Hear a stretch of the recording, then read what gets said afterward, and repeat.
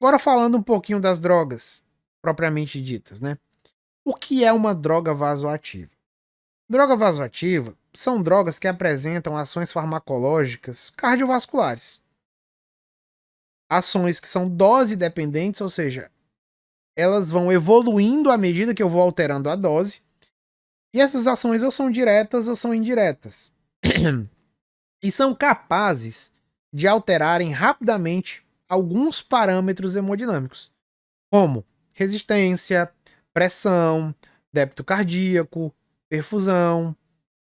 No final das contas, eu tenho que manter o sistema cardiovascular íntegro, estável, compatível com a vida. Então, sem isquemia, sem hipotensão, sem oligúria. As funções básicas do sistema cardiovascular eu tenho que garantir quando eu uso uma droga vasoativa. Os usos dessas drogas estão mais relacionados, obviamente, a unidades de terapia intensivas, nas UTIs. E como eu havia falado, é necessário, ao usar drogas como essas, fazer uma monitorização hemodinâmica, justamente porque são ações potentes, são ações rápidas e você pode mudar drasticamente um parâmetro cardiovascular. Então a pressão que estava 70 por 40, com uma droga você pode colocar ela 170, 140, entendeu? Se você não estiver monitorando, se você não estiver titulando a dose, se você fizer uma infusão indiscriminada. Eu tô dizendo, ninguém faz isso, né, teoricamente, mas tô dizendo que você tem que verificar. Então, as DVAs, as drogas vasoativas, elas atuam de maneira direta, assim, de maneira geral na pressão arterial. Elas querem restabelecer a pressão arterial, que é um dos parâmetros mais importantes. Mas para isso, ou elas atuam no débito cardíaco, ou elas atuam no sistema, na resistência vascular. Quando essas drogas atuam no débito cardíaco, eu chamo elas de inotrópicas. Quando elas atuam na resistência vascular periférica, contraindo os vasos, aumentando a resistência, eu chamo elas de vasopressoras. Quando elas atuam na resistência vascular periférica e diminuem-na, ou seja, dilatam os vasos, eu chamo elas de drogas vasodilatadoras. Aí um exemplo, como eu disse, é a adrenalina. A adrenalina é uma catecolamina endógena, ou seja, é um substrato endógeno, é um hormônio, é um neurotransmissor endógeno, e tem ações vasopressoras, inotrópicas e vasodilatadoras. O tamanho aqui da droga diz de acordo com as ações dela, entendeu? Então ela tem ação tanto vasodilatadora, inotrópica e vasopressora. Vasopressora quando atua em alfa 1, vasodilatadora quando atua em beta 2, inotrópica quando atua em beta 1. Note que as ações estão diretamente relacionadas com os receptores que elas ativam. Por isso que eu perdi um certo tempo falando dos receptores. Quando ativa alfa 1 é vasopressora, beta 1 inotrópica, beta 2 vasodilatadora. E a sua irmã, a noradrenalina, a noradrenalina sem o metil, ela é o quê? Ela é extremamente vasopressora, note que ela é mais vasopressora que a adrenalina, e ela é levemente inotrópica. Não é tão inotrópica quanto a adrenalina. E nem de longe tem ação vasodilatadora. Eu tenho outra catecolamina sintética, a chamada dobutamina. A dobutamina tem ações vasopressoras e tem ações inotrópicas. Né? Na verdade, a dobutamina era para ficar aqui, a ação vasodilatadora. Enfim, está erroneamente aqui. Aí você tem a dopamina. A dopamina tem ações vasopressoras, inotrópicas e vasodilatadoras.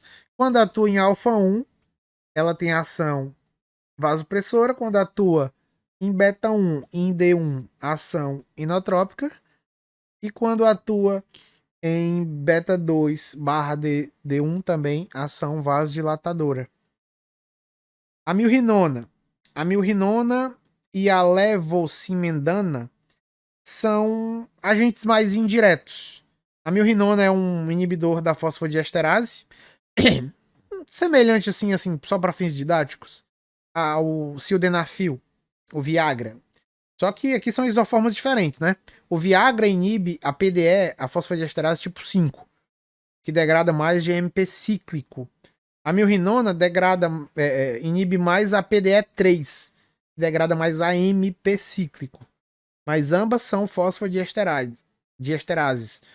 Ou seja, ambas degradam nucleotídeos cíclicos. A diferença é que a milrinona aumenta os níveis de AMP cíclico e o sildenafil do Viagra de GMP cíclico. A levosimendana é um agente sensibilizador de cálcio, que eu tinha citado lá, a classe lá atrás. Ela faz com que a troponina C tenha uma afinidade aumentada pelo cálcio, então ela melhora essa sensibilidade das miofibrilas ao cálcio. Eu tenho a vasopressina, que é o ADH, tem ações mais vasopressoras mesmo.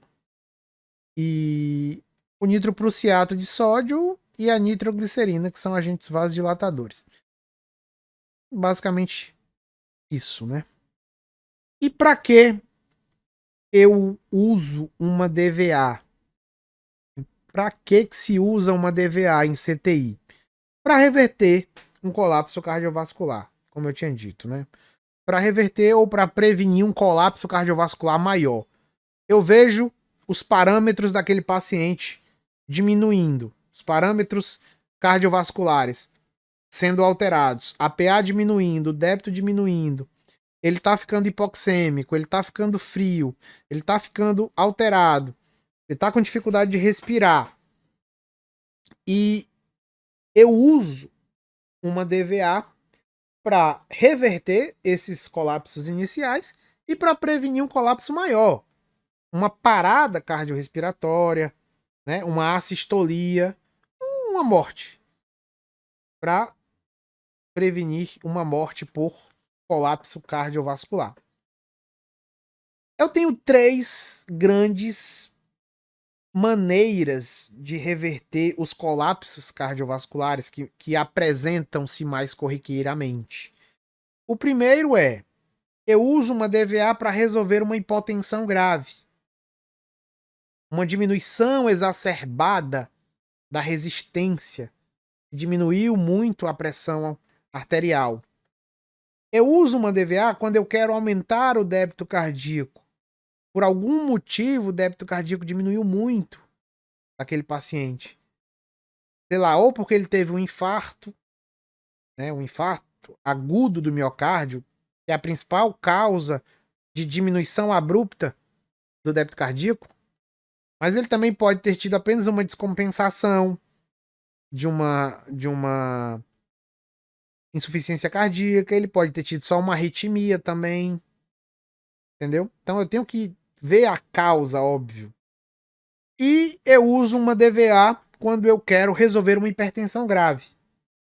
Então, ou são problemas vasculares, ou são problemas cardíacos, óbvio, né? De maneira geral é isso. E aí, quando eu utilizo ou quando eu resolvo esses problemas, eu quero otimizar 3 coisas. Primeiro, otimizar a pressão de enchimento cardíaco, o que eu chamei lá atrás de pré-carga. É um dos parâmetros importantes para o funcionamento do coração, porque a pressão de enchimento cardíaco determina a ejeção cardíaca, determina o débito cardíaco. Então a pré-carga vai determinar o débito cardíaco, o volume sistólico. Eu também uso para otimizar a contratilidade do miocárdio. O miocárdio está meio frouxo, meio xoxo, capenga, tá fraco. É o que eu chamo de inotropismo. Também já falei disso. E eu uso uma DVA quando eu quero otimizar a resistência vascular periférica. Ou seja, quando eu quero otimizar a pós-carga. Então a resistência está muito baixa. Eu uso um agente vasopressor, um agonista dos receptores alfa-1. A resistência está muito alta. Eu uso um agente vasodilatador para diminuir a pós-carga, diminuir a resistência. E as referências que eu usei, ó. Margarida Aires, o Guyton também, não deixa de ser, mas apesar, como eu citei, né, de estar bem desatualizado em certos conceitos. O Boron, que já está na sua terceira edição, aqui é a segunda, Fisiologia do Bernie Levy e a Fisiologia da Silverton. São livros que eu realmente indico sempre, sobretudo esses dois aqui, ó, Margarida e o Boron. E, aqui, e aí só quem quiser acompanhar os meus cursos, aqui é a minha plataforma, a Fisio, só colocar no Google a Fisio Cursos que você vê lá. E aqui tem os canais, o canal do YouTube e o canal do Telegram também que você pode acompanhar. Sempre estou colocando coisas lá. Você tem aí o Instagram, meu Instagram, tanto de professor quanto da Físio. E os cursos. Atualmente tenho 12 cursos. Fisiologia e patologia endócrina, hormônios e metabolismo, nutrição e exercício, neurociências, neuroanatomia, psicofarmacologia, alguns de farmaco, ó, fisiologia cardiovascular, farmacologia cardiovascular, imunologia básica. É basicamente isso. Você tem aqui o meu contato também, a cleiton.hotmail.com.